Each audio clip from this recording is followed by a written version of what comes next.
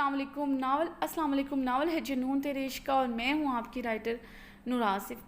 سب سے پہلے ہمیشہ کی طرح بولوں گی کہ چینل ضرور سبسکرائب کر دیجیے گا اور مجھے بتاتے رہیں آپ کو آج کی ایپیسوڈ کیسی لگی، ناول کیسا لگ رہا، کمنٹس پہ بتانا نہ بھولیے گا اور چینل سبسکرائب نہ کرنا بھولیے گا تاکہ آپ کو میری ہر ناول کے ایپیسوڈ بر وقت اور ایزیلی مل سکے بنا کسی بھی رکاوٹ کے۔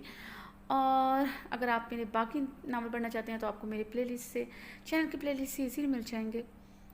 اور بڑھتے ہیں اپنی آج کی ایپیسوڈ کی طرف، اس دعا کے ساتھ آپ سب جہاں رہیں ہنستے رہیں، مسکراتے رہیں، خوش رہیں، آباد رہیں، اور سب سے بڑھ کر دوسروں کے چہرے پہ بھی مسکراہٹیں بکھیرتے رہیں۔ جنون تیرے عشق کا، تحریر نور آصف کی 54۔ حیام محمد الماس کے کمرے کا دروازہ نوک کر کے اندر داخل ہوئی۔ محمد الماس گلاس وال کے پار نظر آتے کئی میل پر پھیلے سرسبز لان پر نظریں جمائے کھڑے تھے، پاس ہی ان کے سوٹ کیس پڑے تھے۔ محمد الماس نے حیا کے کمرے میں داخل ہونے پر کوئی رسپانس نہیں دیا تھا۔ وہ سگار لبوں میں دبائے، چہرے پر پتھریلے تاثرات سے جائے گلاس وال پر نظریں جمائے کھڑے تھے۔ حیا محمد کی پشت پر ایک نظر ڈالتے گہرا سانس بھرتی، دھیرے دھیرے قدم بڑھاتی ان کے پاس جا کھڑی ہوئی۔ حیا نے کانپتے ہاتھوں سے محمد الماس کے کندھے پر ہاتھ رکھا تھا، مگر وہ بے حس سے سر سپاٹ انداز میں کھڑے تھے۔ نہ انہوں نے حیا کا ہاتھ جھٹکا تھا، نہ ہی ان میں کوئی حس و حرکت ہوئی تھی۔ وہ ایسے کھڑے تھے جیسے حیا کے ہونے یا نہ ہونے سے انہیں کوئی فرق نہیں پڑتا۔ نانا جان، حیا نے محمد الماس کی طرف سے کوئی رسپانس نہ ملنے پر انہیں بھیگے لہجے میں پکارا۔ کیا کہنے آئی ہو؟ جلدی بولو، میرے پاس ٹائم کم ہے، میری فلائٹ کا ٹائم ہونے والا ہے۔ محمد اپنی رسٹ واچ پر نظریں دوڑائے بیگانگی بھرے لہجے میں بولے، نانا جان، بددعا تو آپ مجھے دے چکے ہیں، دعا ملنے کی تو آپ سے امید نہیں رہی۔ 2 دن بعد میری رخصتی ہے، زیادہ کچھ نہیں مانگ رہی آپ سے۔ ایک چھوٹی سی التجا ہے نانا جان، میرے سر پر ہاتھ رکھ کر مجھے رخصت کر دیں۔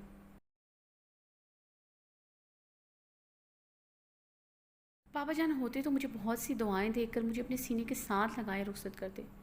میرا کوئی اپنا نہیں جس کے حصار میں، جس کی دعاؤں میں رخصت ہوں۔ مجھے یتیم ہونے کا احساس مت دلائیں نانا جان، حیا نے سسکتے ہوئے فریاد کی۔ زمان شاہ ایک فرشتہ صفت انسان تھا، میں اس کے مد مقابل کبھی نہیں آ سکتا، میں ایک کھٹور انسان ہوں، اور مجھے کھٹور میرے اپنوں کی بے حسی اور خود غرضی نے بنایا ہے۔ تم نے میرا مان توڑ کر میرے دل میں اپنے لیے پنپتی محبت کو جڑ سے اکھاڑ دیا۔ اب تم میرے لیے کوئی حیثیت نہیں رکھتی، تمہیں نہ میری دعاؤں کی ضرورت ہے نہ ہی میری محبت کی۔ میرے ہونے یا نہ ہونے سے کوئی فرق نہیں پڑتا، میں نے سر لہجے میں کہتے ہوئے اپنے قدم باہر کی جانب بڑھائے۔ محبت تو تناور درخت کی طرح ہوتی ہے، جس کی جڑیں اتنی مضبوط ہوتی ہیں، اگر اس درخت کو تن سے اکھاڑ بھی دیا جائے تو وہ جڑیں مضبوطی سے اپنی جگہ پہ جمی رہتی ہیں۔ کوئی آندھی، طوفان، کوئی سیلاب ان جڑوں کو اکھاڑ نہیں سکتا۔ آپ خود سے جھوٹ بول کر خود کو فریب دے سکتے ہیں، مگر آپ کی آنکھوں کی سرخی چیخ چیخ کر کہہ رہی ہے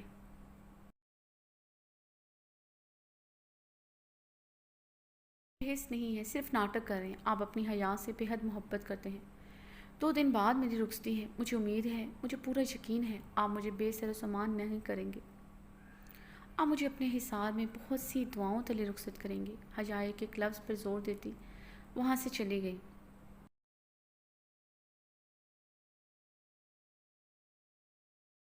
محمد الماس شاہ ولا کے عالی شان لاؤنج میں بیٹھے ہوئے کسی گہری سوچ میں گم تھے۔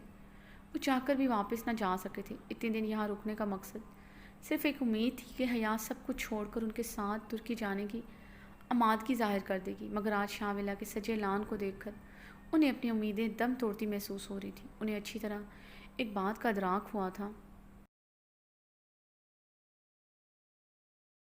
حیا کی زندگی میں شاہویز بہت اہمیت رکھتا ہے۔ یہی بات ان کے لیے تکلیف کا باعث بن رہی تھی۔ وہ نہیں چاہتے تھے حیا کو شاہویز کی طرف سے کوئی درد، تکلیف، کوئی دکھ ملے۔ انہیں پورا یقین تھا، ان کی چھٹی حس کہتی تھی، شاہویز حیا کو ذکر پہنچائے گا، ایسی تکلیف پہنچائے گا جس کا کوئی ازالہ نہیں ہوگا، کیونکہ سچائیوں اور تلخ حقیقتوں کے در شاہویز پر ظاہر ہونا ابھی باقی تھے۔